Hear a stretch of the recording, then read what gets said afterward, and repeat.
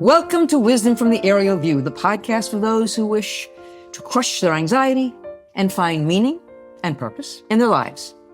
Hello, Dr. Klein. How are you today? Hello, Enid. So great to see you. It is great to see you. You know, we should tell our listeners that we are actually recording this on Memorial Day. And so many things strike me about Memorial Day. The first is that people say Happy Memorial Day. Well, it's not so happy. We're celebrating those who gave their lives for our country, so it's not so happy, but that be that as it may. It made me think a lot about, you made fun of me a couple of weeks back, because I always end the show by saying peace. And I do that for a lot of reasons. As a child of the 60s in college, peace was important, and it's important today. So I went down a little rabbit hole and did a little research on peace. Peace is a state of harmony in the absence of hostility and violence. In a societal sense, peace is commonly used to mean a lack of conflict and freedom from fear of violence between individuals and groups. And you and I have been talking about violence. We both hate violence, and therefore we both love peace. But the English word for peace came into use in various personal greetings from about 1300 as a translation of the Hebrew word shalom, which according to Jewish theology comes from a Hebrew verb meaning to be complete, whole. Although peace is the usual translation, it's an incomplete one, because shalom, which is also cognate with the Arabic salam, has multiple other meanings in addition to peace, including justice, good health, safety, well-being, prosperity, equity, security, good fortune, and friendliness, as well as simply the greeting, hello and goodbye. So let's, if we will, today, let's talk about peace. I'm throwing this at you. You had no idea what I was going to talk about. But let us do that. Let's talk about peace, because he goes on, it talks about in a peace on a personal level, peaceful behaviors are kind, considerate, just, and tolerant of others' beliefs. And we talk about that a lot. And let's talk about that today. Let's talk about peace of mind, peace of thought, and just plain old peace. What say you, Doc? Well, I'm laughing, of course, because you never tell me, but rarely tell me what we're going to talk about, even though I ask you politely. Yeah. And I say, please, and you say no. And then we hit the record button and off we go. So, but I like this topic a lot. And I never made fun of you for saying peace. I never make fun of you for anything. You make fun of me, but I don't make fun of you. Yeah, but anyway, it's funny because I was thinking as you were going through your description there, I was thinking there's, peace among nations, there's peace between people. And of course, there's inner peace, right? Yes. And they're all a variation on the same theme, tranquility is a good word, right? And I'll tell you an interesting story. I just came back from visiting some of my grandchildren, and I watch them occasionally just lose their cool. And they're young. They're 9 years old. The oldest ones are 9 years old. And I watch them lose their cool and get mad or throw something. And I think I've told you this. I'm sure I've told you this, that I try and teach all my grandchildren once they reach a certain age about the Viktor Frankl rule.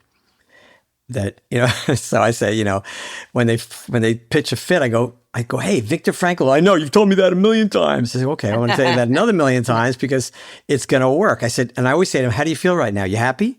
You happy that you got mad at your brother, or your sister, or something else, or you pitched a fit? Are you happy? You feel good? No, I don't feel good. Okay, of course not. Nobody feels good when they're angry or upset. I said, but guess what? You can change it in an instant. Instantaneously, you have this power. That's the Viktor Frankl rule. You get to decide how you want to feel. Why would you choose to feel angry and experience a lack of tranquility or a lack of peace when you have the option to do the opposite, to feel peace, to be tranquil? You get to control it. Now, when one of them said to me, you've told me this a million times. I think actually the two older ones both told me at one point over the last few days that I've told them that a million times. I said, well, I'm going to keep going because if you practice it, you're going to be a lot happier. I said, I love you. I want you to be tranquil and peaceful and happy.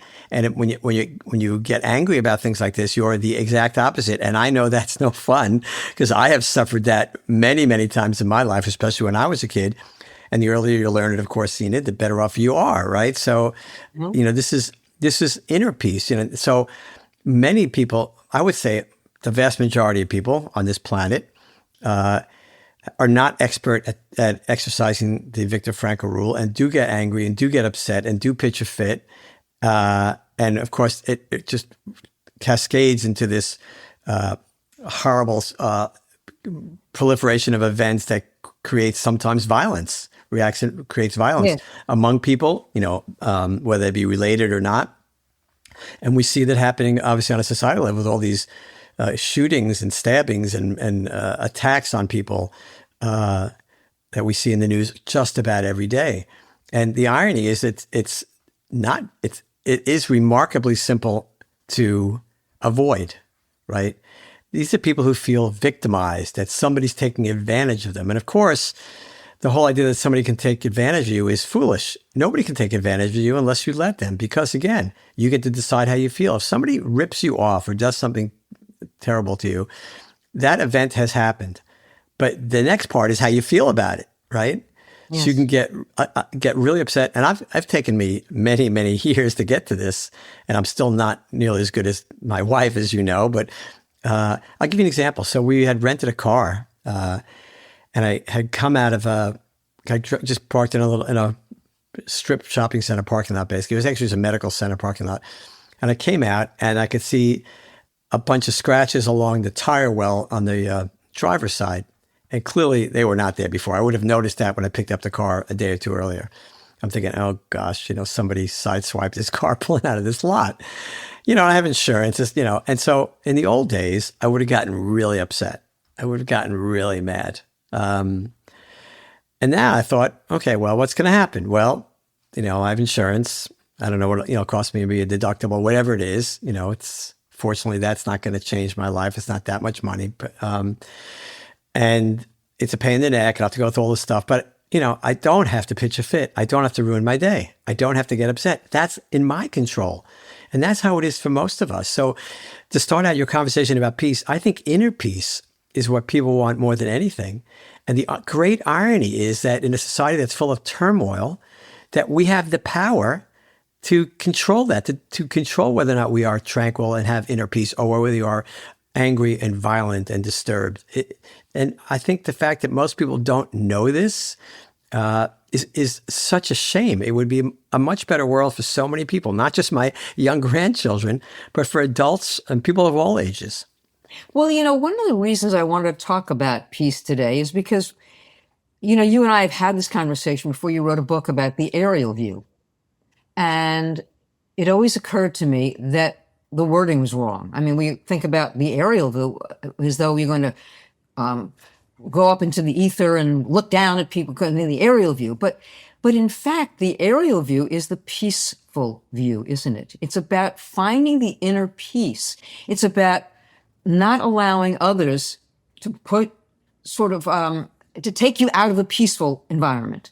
And so therefore, I think you should change the name of your book to Wisdom from the Peaceful View, and to find meaning and peace in your life. But I'm sort of making a little bit of a joke, but the aerial view is about the peaceful view, is it not?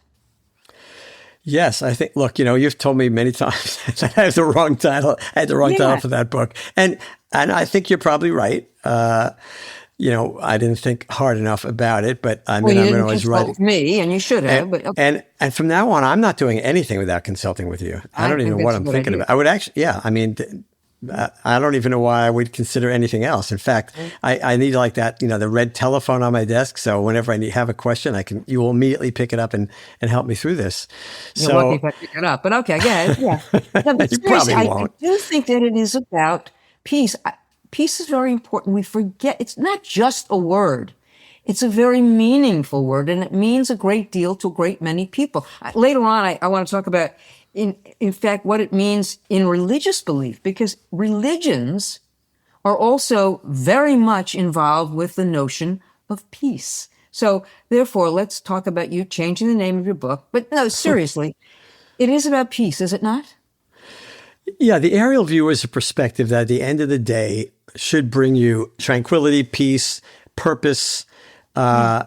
and a pathway to follow that brings almost at a very, very high level of probability peace into your life almost completely. So, we spent a couple of weeks ago talking with my wife about this, and how she has come to this because she's extremely peaceful all the time, but but this idea that we have control over that is so important. This is why I try to teach my grandchildren this, because the earlier you learn this, it is, when I say it's a superpower, I am not kidding. It is a superpower. I mean, I've had people in my life, I've told you about some of them who just rarely get flustered and rarely get upset. And you're like, wow, how do they do this? And of course, they either instinctively or have been taught the Viktor Frankl rule. They're in control of how they feel. It's quite impressive, right?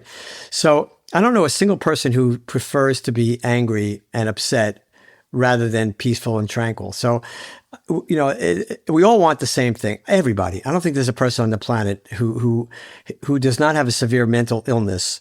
And I mean a real severe mental illness, not the kind of silly stuff we talk about a lot, but real mental illness that doesn't want to reach that stage in their life where they can control how they feel.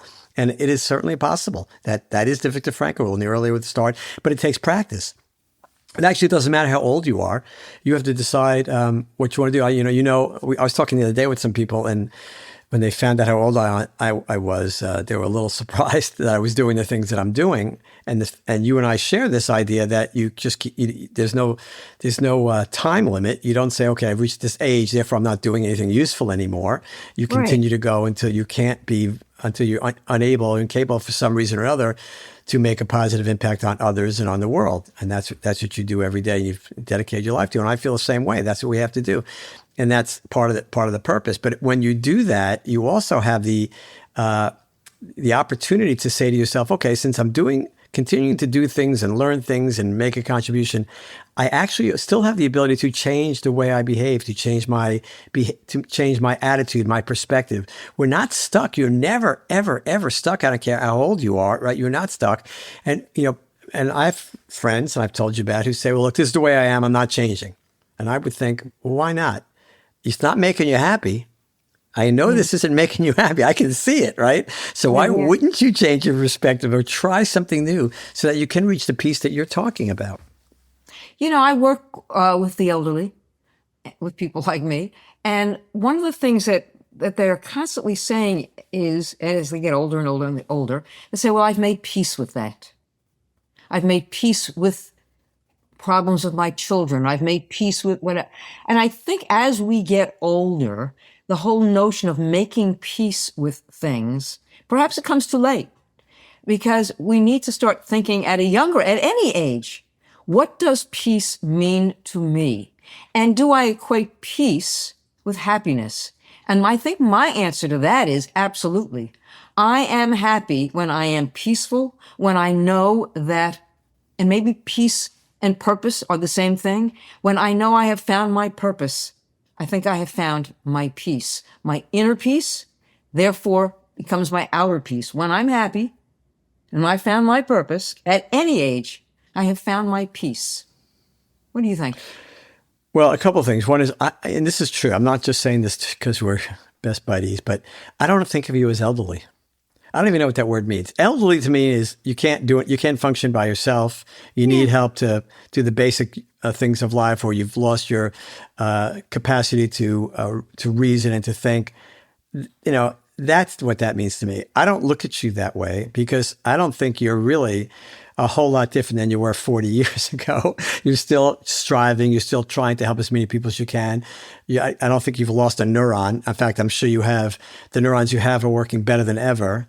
So I don't look at it that way. The other thing you said was, maybe it's too late. And of course, I think you and I agree it's never too late because we're trying to complete a mission. That mission is to prepare for what comes next, to make that evolution from selfish to selfless, from inward to outward focus.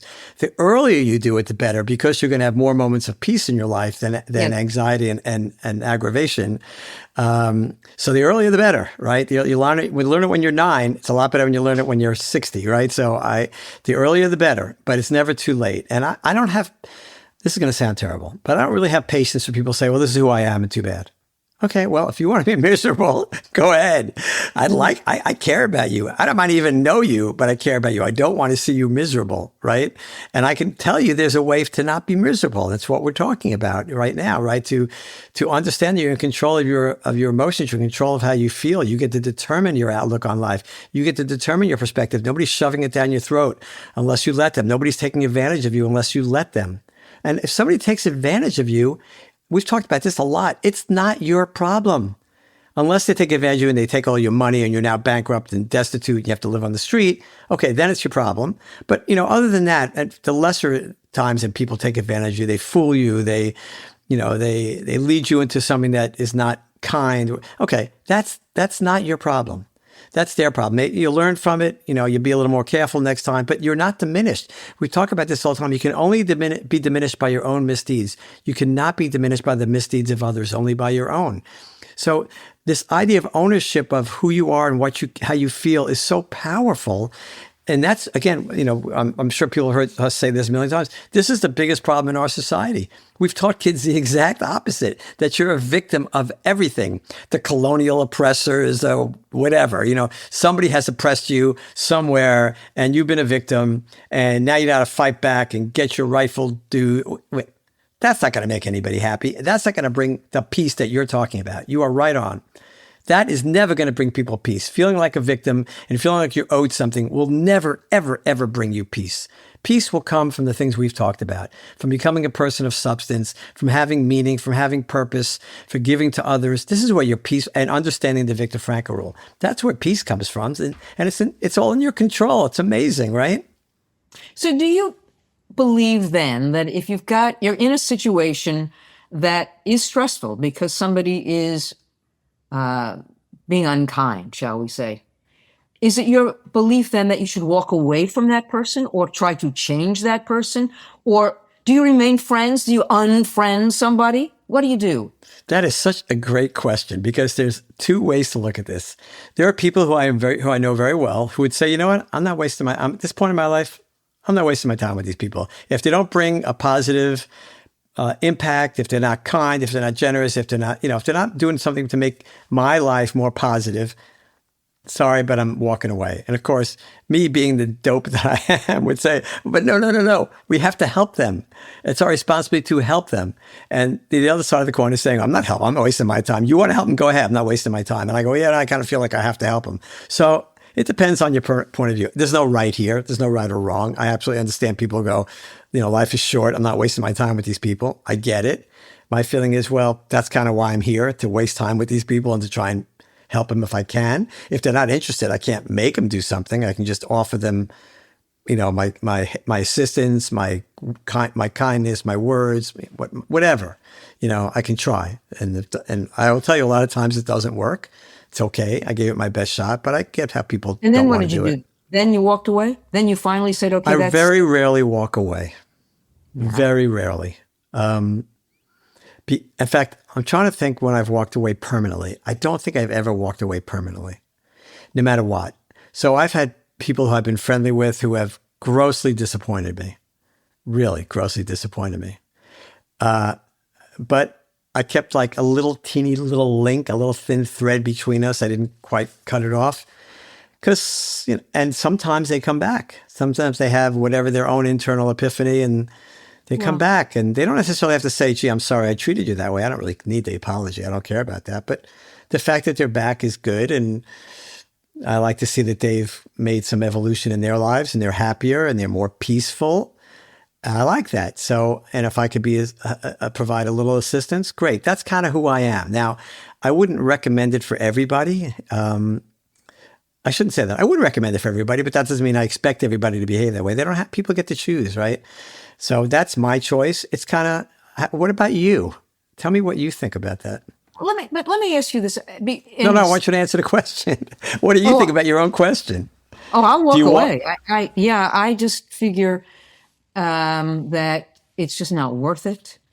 And therefore, I don't want to put my philosophy, if you will, on somebody else. If you treat me unkindly, and if you do something that really disappoints me, I don't have time for that. I'll see you around.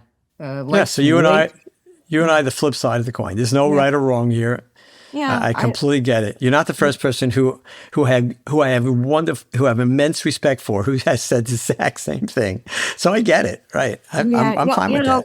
yeah, I've been very lucky. I've had that very rarely in my life, but I have had it, and that's enough. I don't need it because what it does to me is it gives me a feeling of unease or gets me out of my peaceful mode, and I want peace. And if I can't have it with you because of something you're doing, we just don't we clash.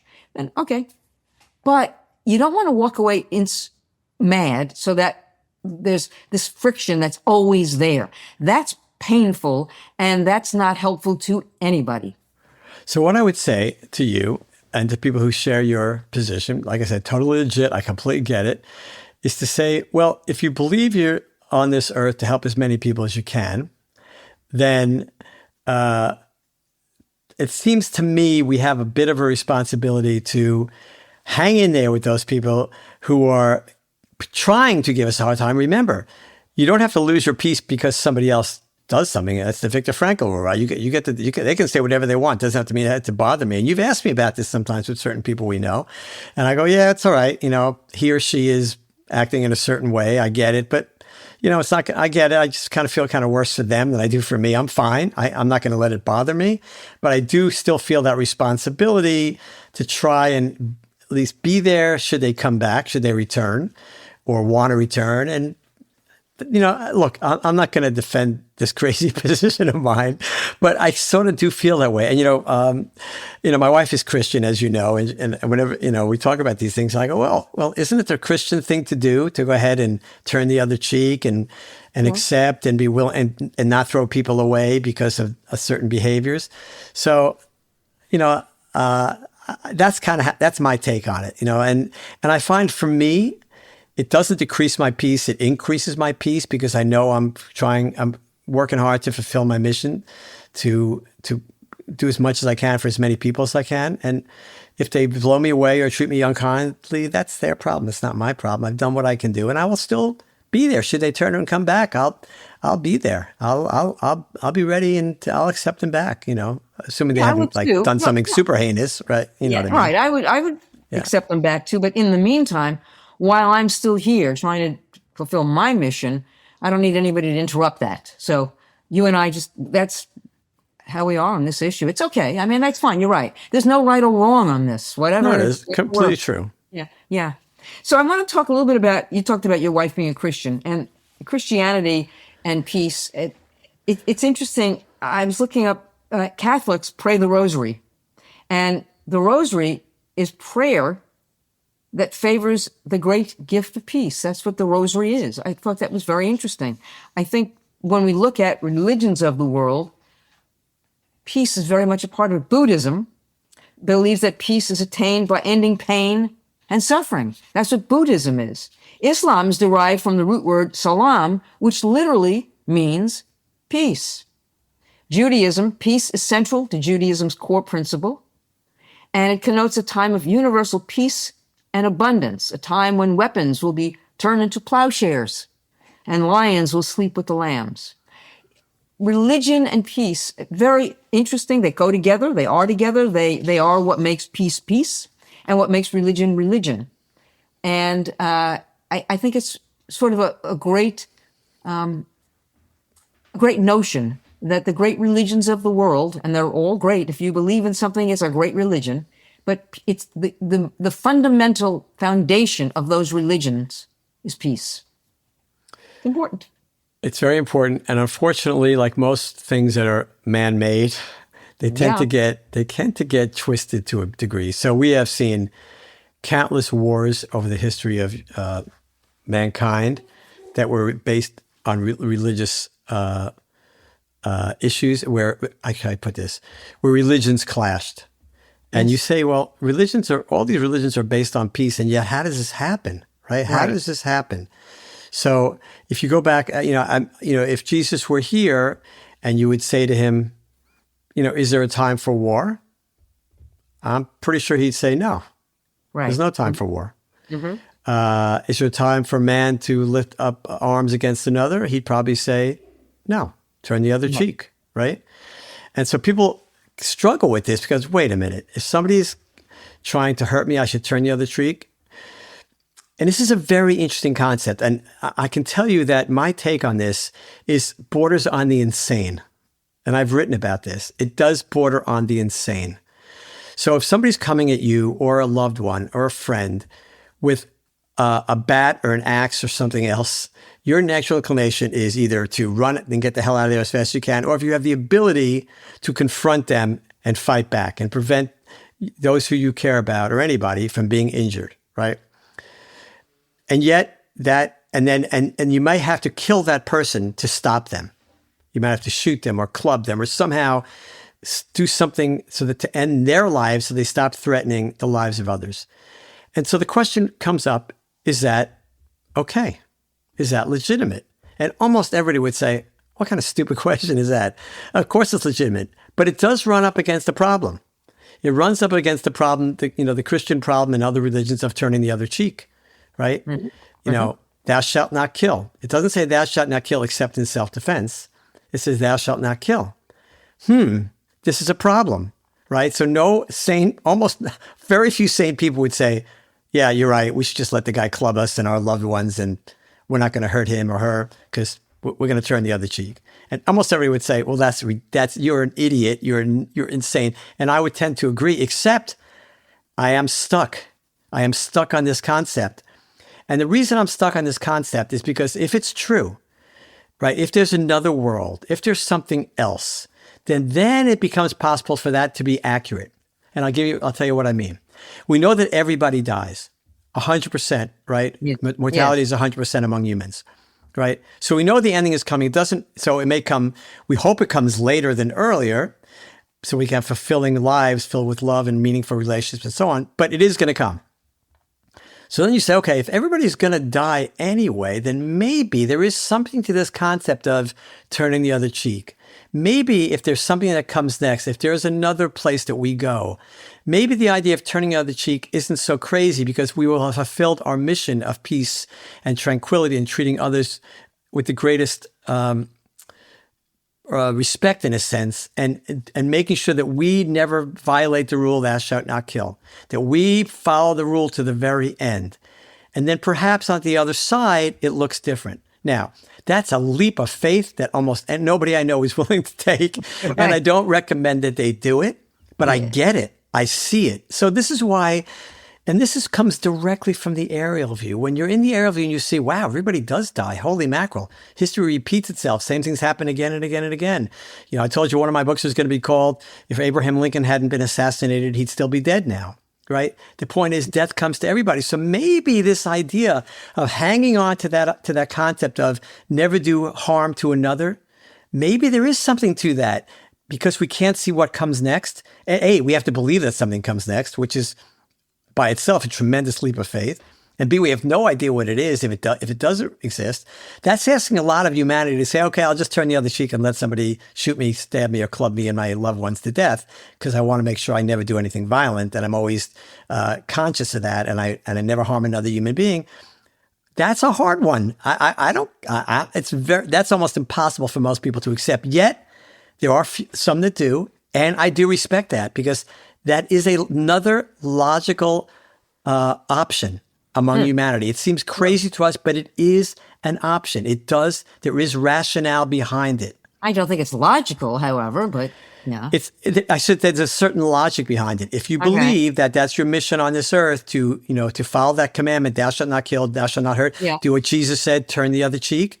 Yeah. There is that logic. If you follow that logic to the end, then you don't ever harm anybody. If somebody comes after you, so be it, because you're going to die at some point. Right. And you say, right. Yeah. So there's a logic. I didn't say it's logical. There is a logic. And I respect that logic.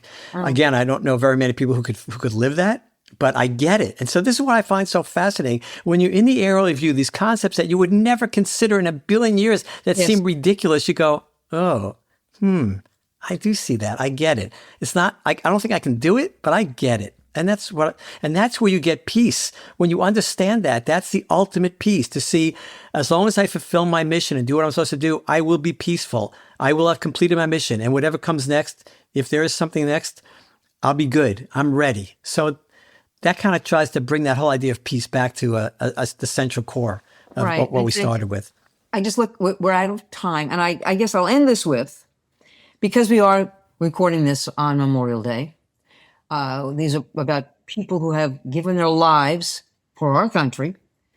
And had there not been war, had there been peace, we wouldn't have been having to celebrate this day and their losses. So let's pray for peace at all costs, because war never works. War never helps anybody. And I will end my piece with this, P-I-E-C-E, saying that I wish you peace. Final word, Doc. Well, yes, I think Memorial Day, it is incumbent upon all of us to recognize those who gave their lives for the rest of us. We don't think about it often enough. I'm always impressed by the courage of these people, the goodness, the kindness, the generosity. They are the essence of what it is to give to others. And so, yes, we think about them today, and we should think about them all the time.